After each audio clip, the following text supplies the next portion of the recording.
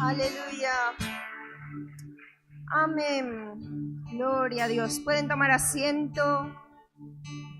Vamos a estar compartiendo unos minutos, un pensamiento, y luego estaremos orando. Estaremos ministrando, porque hoy es un culto de oración y milagros. Amén. Amén. Pues nada, en esta tarde yo quiero hablarles de algo que ya llevamos tiempo aquí predicando, hablando, los pastores nos están hablando del tema del Espíritu Santo, y yo quiero seguir hablándoles de este tema, del tema del Espíritu Santo, de cómo tener un encuentro real con Cristo y con el Espíritu Santo. No es un mero conocimiento de quién es el Espíritu Santo, sino un conocimiento profundo de quién es la persona del Espíritu Santo. Necesitamos realmente conocer quién es el Espíritu Santo, y para eso necesitamos escudriñar la palabra y saber lo que la palabra nos dice acerca del Espíritu Santo. En estos días, en España, en esta España profundamente católica, se nos ha estado recordando la última semana de Jesús, con las procesiones y con todos los ídolos que sacan a la calle. Y yo decía, Señor, qué pena, ¿no? Que solamente en una semana la gente te recuerda y luego ya te guardan ahí y se olvidan, ¿no? Pensando en la importancia de lo que vino después de la resurrección. Porque lo que vino después de la resurrección, hermanos, fue algo que cambió la historia de la Iglesia, cambió la historia no solo de los apóstoles, sino de todos los que seguían a Jesús. Y estoy hablando del Pentecostés, estoy hablando del derramamiento del Espíritu Santo, de ese derramamiento que llegó con poder y que les dio autoridad y que les dio ese poder para ir a los enfermos, para sanar enfermos, para levantar incluso muertos. Durante los días que Jesús estuvo con sus discípulos, les estuvo hablando de muchas cosas, pero Él muere y a los 3 días resucita, y una vez resucitado, Él comienza a aparecerse a sus discípulos. Y está con ellos durante 40 días. Durante 40 días les sigue hablando, les sigue enseñando y les sigue dando dirección de lo que debían hacer. Y les habla del poder que acompaña al Espíritu Santo. Les habla de ese poder que ellos necesitaban. Y los cristianos, que ya llevamos algunos años, que ya llevamos bastantes años, siempre hemos deseado ver ese avivamiento en nuestra España, en nuestras iglesias.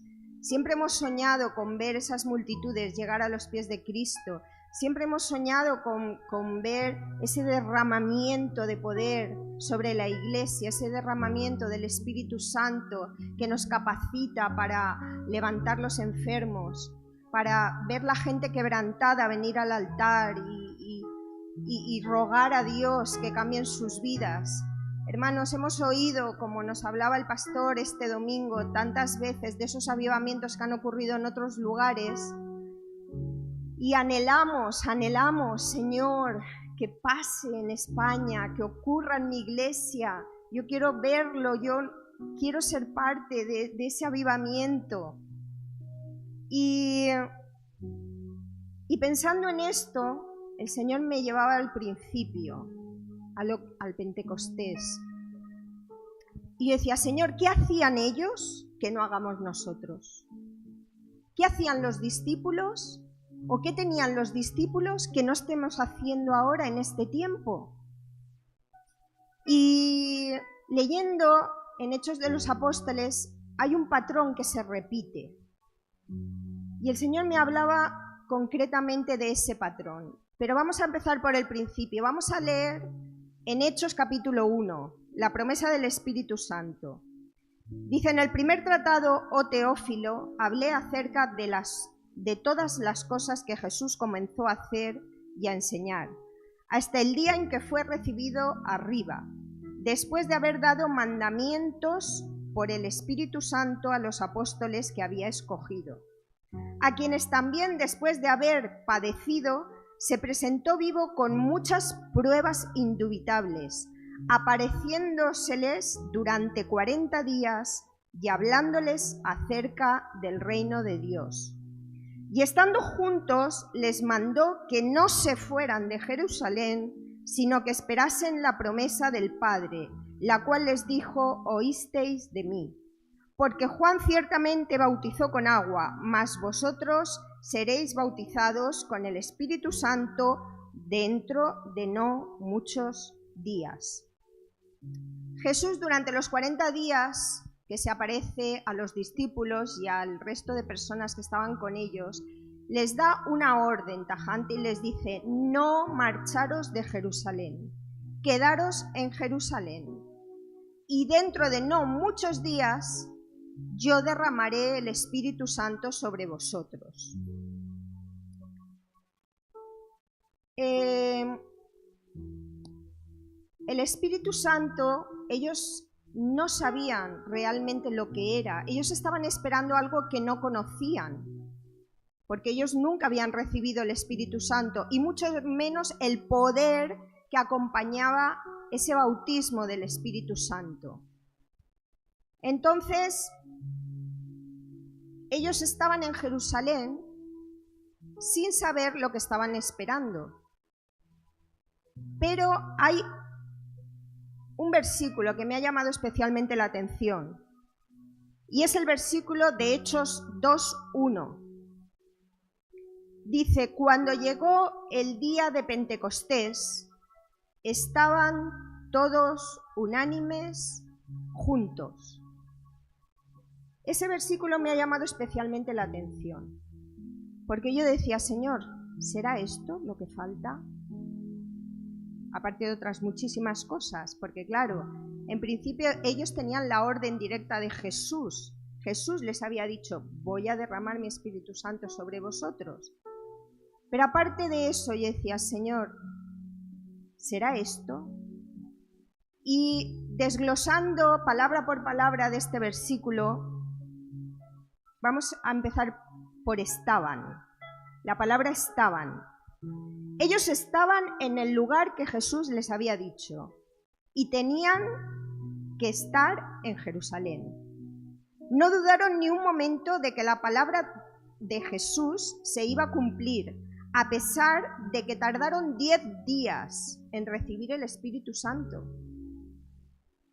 Jesús no les dijo cuánto tiempo debían esperar, solo les dijo pronto.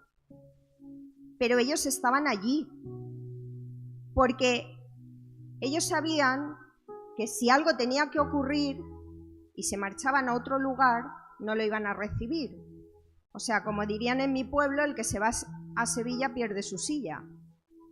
Con lo cual, ninguno se quería perder nada de lo que iba a ocurrir en aquel lugar. Todos estaban allí. No tenían prisa. Todo lo demás era secundario. Ellos estaban firmes, sabiendo que tenían que estar en ese lugar y que no había nada más importante en aquel momento que estar en Jerusalén en ese lugar. Todos. No solo estaban reunidos los apóstoles, sino que nos dice la Biblia en Hechos 1:15 que los que estaban allí eran 120 personas. Dice, en aquellos días, Hechos 1:15, Pedro se levantó en medio de los hermanos, y los reunidos eran como 120 en número. No solamente estaban los apóstoles, estaban todos los que seguían a Jesús, esperando el derramamiento del Espíritu Santo. Si leemos en Hechos 2:4, dice, y todos fueron llenos del Espíritu Santo, todos. Si leemos en Hechos 4:31, nos dice, Hechos 4:31, dice, no, Hechos 4:31 no, ese no es el versículo. Continuamos, dice unánimes. ¿Qué significa unánimes?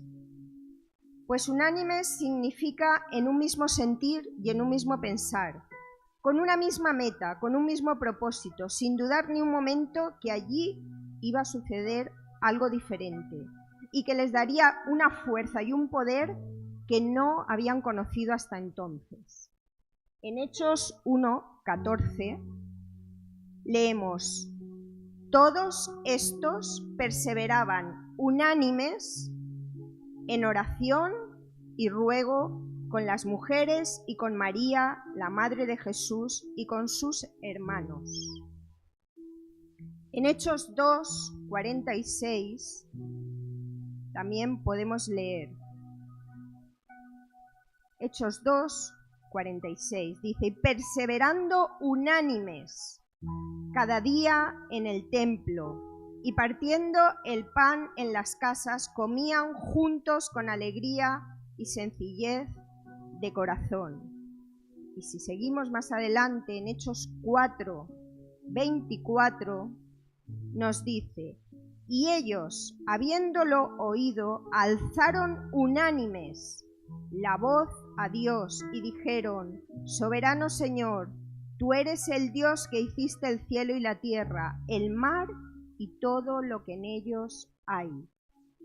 Habiéndolo oído, alzaron unánimes la voz. Unánimes y juntos. No decidieron separarse para ver si así la promesa llegaba antes.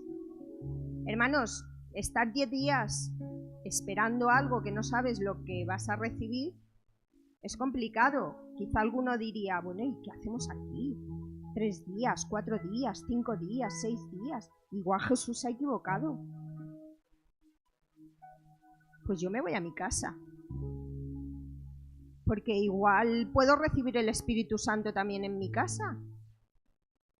Pero ellos no pensaron esto. Estaban todos juntos y unánimes, en un mismo sentir, en un mismo pensar, en un mismo propósito, porque sabían que sí o sí Jesús iba a cumplir su palabra, iba a cumplir su promesa.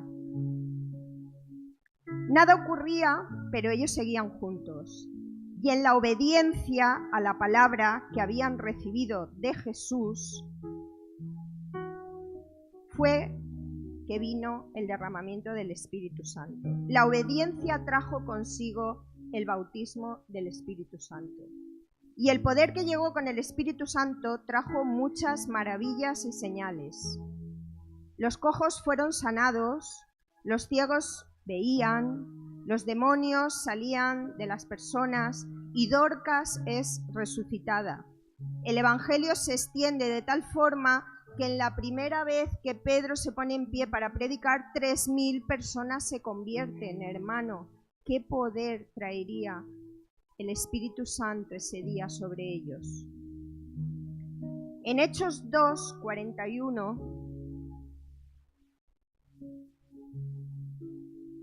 dice: así que los que recibieron su palabra fueron bautizados, y se añadieron aquel día como 3.000 personas. 3.000 personas, hermanos. ¿Se imaginan que veamos entrar 3.000 personas por la puerta de la iglesia de golpe? Gloria a Dios. 3.000 personas. Dice: y perseveraban en la doctrina de los apóstoles, en la comunión unos con otros, en el partimiento del pan y en las oraciones. Perseveraban en las oraciones. Y sobrevino temor a toda persona, y muchas maravillas y señales eran hechas por los apóstoles. Gloria a Dios, muchas maravillas.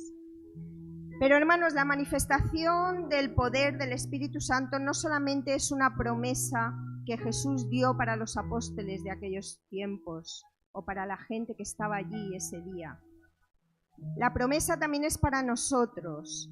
Leemos en Hechos 2:16 y nos dice: mas esto es dicho por el profeta Joel.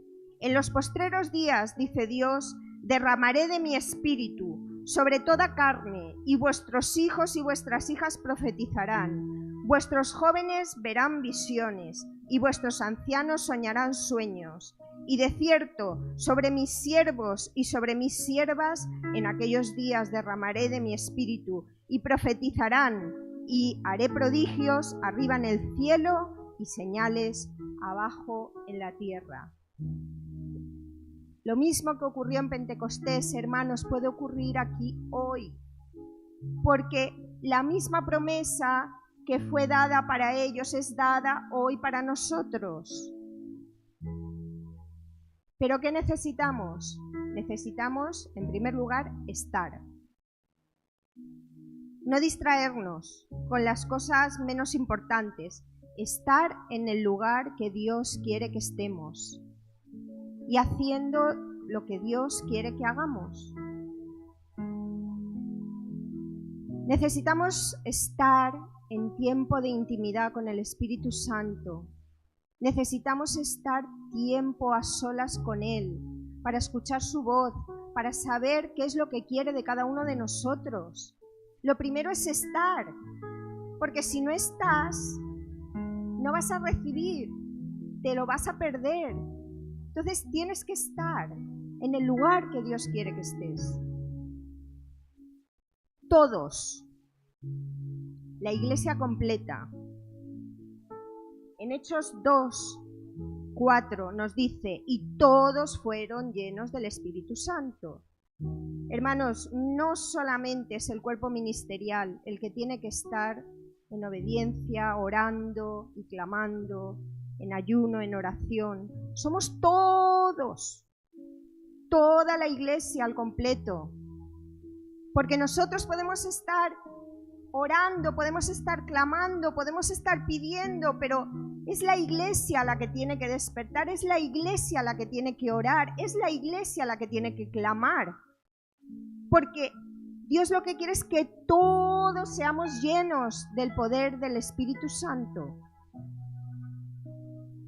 Y sobre todo, unánimes y juntos. Orando y clamando por este mover que nos va a dar poder para orar por los enfermos, nos va a dar poder para que la gente sea transformada. Hechos 1:8 nos dice: pero recibiréis poder cuando haya venido sobre vosotros el Espíritu Santo, y me seréis testigos en Jerusalén, en toda Judea, en Samaria y hasta lo último de la tierra. ¿Para qué es el poder que necesitamos? Para serle testigos, para que la gente vea el poder de Dios, para que la gente vea los milagros que Dios puede hacer en medio nuestro y para serle testigos hasta lo último de la tierra. Pero la preparación de todo esto comienza en la intimidad de tu cuarto de oración, donde tomas intimidad con el Espíritu Santo y después llegas aquí a la iglesia incendiado. Llegas aquí a la iglesia lleno del poder del Espíritu Santo, hermanos. Y necesitamos que el fuego prenda. Yo quiero ver el fuego que comienza en el altar y empieza a correr como una ola hacia la iglesia, de fila en fila, de banco en banco hasta el final. Que empiece aquí la ola y vaya pasando. Que el que tengas al lado se incendie con el fuego que tú traes. No esperemos que solamente los que están aquí al frente tengamos que estar empujando a la iglesia a buscar, empujando a la iglesia a orar, empujando a la iglesia a tener intimidad con el Espíritu Santo. Tú tienes que venir ya incendiado. Y sobre todo, muy importante, tenemos que recordar lo que los apóstoles nos están enseñando aquí. Todos, juntos y unánimes. Así es como la iglesia va a crecer, Así es como vamos a ver las almas llegar a los pies de Cristo. Y no solamente lo hacemos por las almas que no conocen a Dios, sino también por nuestras vidas, hermanos. Hay tantas cosas que el Espíritu Santo tiene que tratar en nosotros, por lo menos en mí. Yo no sé en ti, pero yo necesito tanto del trato del Espíritu Santo en mi vida. Hay tantas cosas que todavía tengo que entregar al Espíritu Santo para que Él transforme, para que Él cambie mi vida. Los primeros beneficiados con esto somos nosotros. Y luego, cuando nosotros seamos transformados, empezaremos a ver la iglesia transformada, la iglesia cambiada. Gloria a Dios. Amén. ¿Quieres ver la iglesia incendiada? Comienza a incendiarte. Comienza a buscar al Señor en la intimidad. Comienza a buscar la intimidad con el Espíritu Santo. Amén. Amén. Y ahora yo...